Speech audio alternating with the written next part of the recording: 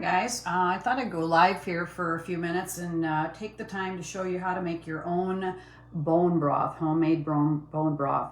You know, as we age, we really need more protein and more collagen. You know, collagen is great for your hair, skin, and nails.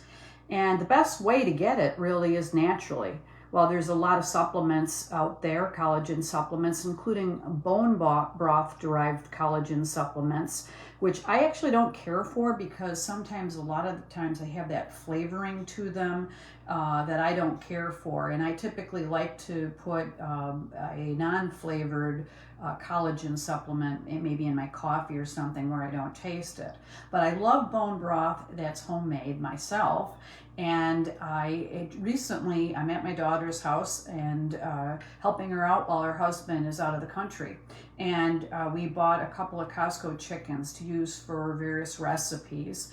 And so what I've done is I've actually taken all of the chicken off right now, and I'll show you in a few minutes around how I'm going to prepare the bone broth. But you can use either a slow cooker, where that may take longer, or if you want to cook it on your stove. I typically do, but she does not have a large enough pot, and I have two chickens worth of bones. So anyhow, I'm putting it in her slow cooker. And you could also use it in a pressure cooker. That will take about a couple hours to make the bone broth. Or you can cook it on the stove at a low heat for 12 hours, or even a little bit, maybe less or more, depending on how you like to do it. But anyhow, the liquid bone broth itself is super good for you. The gelatin that you typically find, which I've saved all the gelatin, all of the bones, all the skin, everything that did not get stripped from the chicken for use for the meals that I'm making with it. I have saved all the bones from the two and put that nice gelatiny collagen, which is really collagen, in here. Gelatin is actually collagen, and that's really good. And because we lose it as we age, it really can help support our bones, our skin. It supports wound healing, and it supports our immune system. And it can do things even like help fight food sensitivities, and support digestive health, and even promotes sleep, and even provides some support for detoxifying your liver. So I really don't like to waste food, and I think it's a great thing to be able to use the bones from whatever you're making. And so I'm going to take just time right now and show you what I'm going to do. So I put all of the chicken pieces in here in this crock pot. And I'm going to, what I've also done is I've gotten some cut up celery here. I've just gotten with the leaves. I bought the celery at the store this morning with leaves.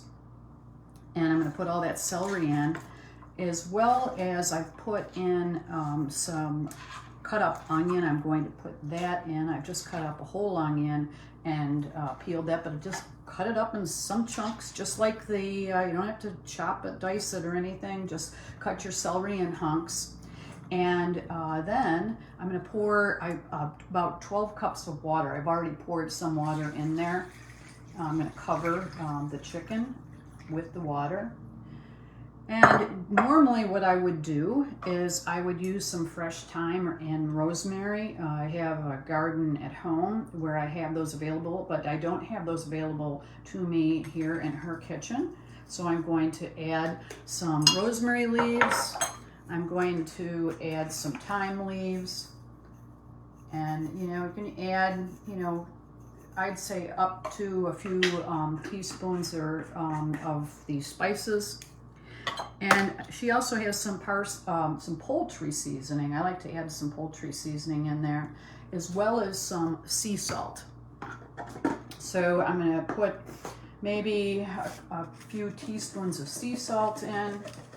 You can always add more to taste, as well as some pepper. So, and one thing that I really think is a sort of secret that many people don't know is if you add some organic apple cider vinegar. You can use apple cider vinegar. If you add a couple of tablespoons of apple cider vinegar, that really helps the collagen break down and make it more actually bioavailable. It helps it come out of the bones, and it actually helps make it more bioavailable, so then when we drink it, we don't really taste the apple cider vinegar because there's not a lot in there, but we actually have done what we could do to make that healthier bone broth. So when we drink it, it really is kind of worth it, right? So what I'm going to do next is really just stir this up a little bit, put the lid on, and start to slow cook it. And I will probably do this at least 16 hours in the slow cooker. But it's up to you how long you want to cook it. But the more you cook it, really, the more you're getting out of value out of your bones. And then after it's cooked, what I will do is just put it strainer over a big pot. I'm going to struggle a little bit in her case because she doesn't have a big pot. But strain out all the bones. The nice thing about a pressure cooker is sometimes they have the basket inserts. Or if you have a basket insert for a pot, you can just take that out, and then your bones can cool in your sink or something, and then you can just dump those all out, and you'll have your bone broth already strained. So, but you do need to strain it because there's a lot of tiny small bones in there. But if you have any questions, let me know, and I will just post this and post a couple of links to collagen protein or bone broth collagen protein that you can purchase as well. Hope you have a great day.